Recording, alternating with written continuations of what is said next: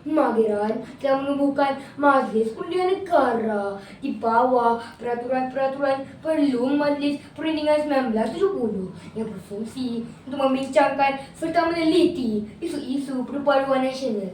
Berdasarkan kepada keputusan tersebut, maka terbentuklah rukun negara yang telah diisytiharkan oleh Dunia Yang Maha Mulia Seri Paduka Baginda di Pertuan Agong pada 31 Ogos 1970 menjadi pegangan panduan dan amalan oleh seluruh rakyat Malaysia ke arah semangat perpaduan, ketaatan dan kecintaan kepada bangsa dan negara.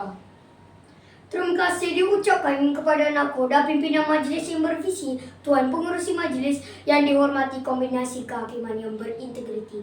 Seterusnya, sidang hadirin yang dikasihi. Salam sejahtera dan salam perpaduan satu Malaysia. Berdirinya saya di sini dengan penuh iltizam ingin menyebarkan sedikit dogma, tinta dan wacana para sarjana melalui maudhu pidato yang berbunyi Rukun Negara Amal Hidup Rakyat Malaysia. Sebelum lidah pantas berbicara, sebelum kata panjang melebar, ingin saya mewartakan dengan lebih jelas pendefinisian rukun negara. Rukun negara adalah satu analogi negara yang mengandungi prinsip-prinsip kehidupan bermasyarakat, nilai-nilai kenegaraan dan norma-norma sosial yang meliputi aspek keagamaan, kebudayaan, ekonomi, politik dan perundangan. Sidang hadirin yang budiman, hijab pidato ini saya buka dengan prinsip perpaduan merujuk kepada satu kajian Harvard University Development Advisory Service untuk melakukan Social Science Research for National Unity 1970. Dapatan kumpulan penyelidik ini menasihatkan kepada kerajaan supaya memperkenalkan disiplin-disiplin ilmu sains sosial di Universiti Malaya, Universiti Sains dan Universiti Kebangsaan Malaysia supaya dapat menyumbangkan usaha-usaha murni untuk mewujudkan perpaduan. Kerana apa hadirin sekalian? Kerana kesedaran untuk mewujudkan perpaduan kaum di negara berbilang kaum seperti di Malaysia ini adalah tanggungjawab yang berat. Namun, manusia akan menggunakan perbezaan untuk Malaysia mencetus konflik. Oleh itu, rukun negara yang dibentuk oleh pimpinan Malaysia adalah untuk mengatasi segala perbezaan yang terdapat dalam masyarakat berbilang kaum negara ini demi perpaduan bagi mencapai kejayaan dan kestabilan rakyat. Hadirin sekalian, hujah pidato saya yang kedua, saya buka dengan prinsip perpaduan dalam menyatukan rakyat.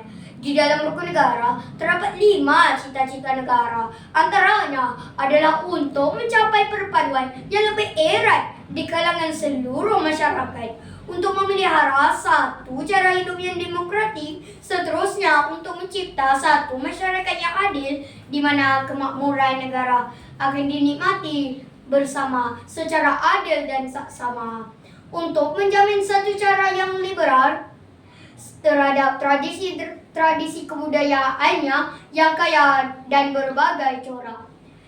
Dan yang terakhir adalah untuk membina satu masyarakat yang progresif yang akan menggunakan sains dan teknologi moden. Menurut pensyarah Jabatan Pengajian Kenegaraan dan Ketamadunan, Fakulti Ekologi Manusia Universiti Putra Malaysia, Profesor Madya Dr. Mohd Mahdi Ismaili, tidak keterlaluan untuk menyatakan bahawa rukun negara ibarat wajah kehidupan rakyat Malaysia. Pendengar yang saya muliakan, berkorban apa saja, harta ataupun nyawa, itulah kasih mesra, sejati dan mulia. Ingin saya petik kepada prinsip rukun negara yang kedua ialah kesetiaan kepada raja dan negara. Prinsip ini menyuruh supaya rakyat Malaysia sentiasa mengamalkan sikap taat setia kepada pemimpin dan tanah air. Rakyat yang taat dan sayang akan tanah airnya pasti akan berusaha untuk memajukan negara. Walau apa-apa pun yang terjadi, kesanggupan mereka untuk berkorban sangatlah dihargai. Prinsip kesetiaan inilah yang akan memacu rakyat Malaysia untuk berubah memajukan negara Malaysia. Pepatah Melayu ada mengatakan, di mana bumi dipijak, di situ langit dijunjung. Hadirin sekalian, memetik pada rukun negara yang kelima, yaitu kesopanan dan kesusilaan, adalah rukun negara selaras dengan hujah saya yang terakhir pada hari ini.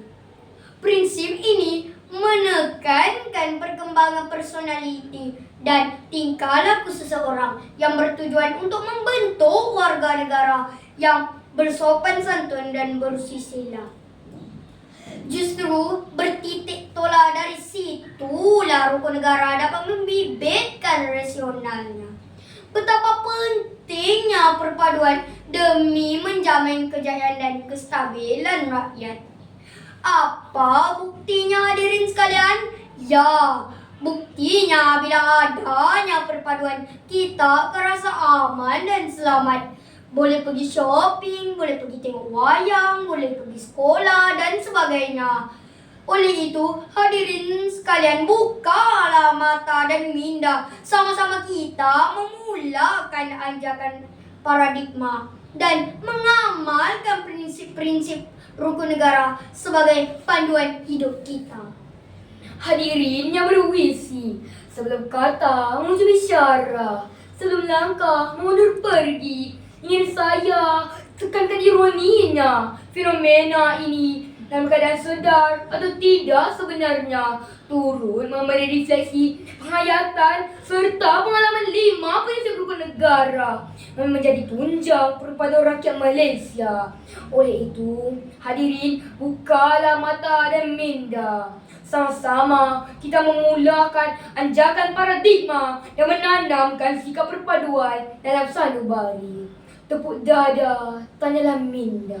Tepuk dahi, fikirlah sendiri. Sekian, wabillahi taufiq wal hidayah. Wassalamualaikum warahmatullahi wabarakatuh.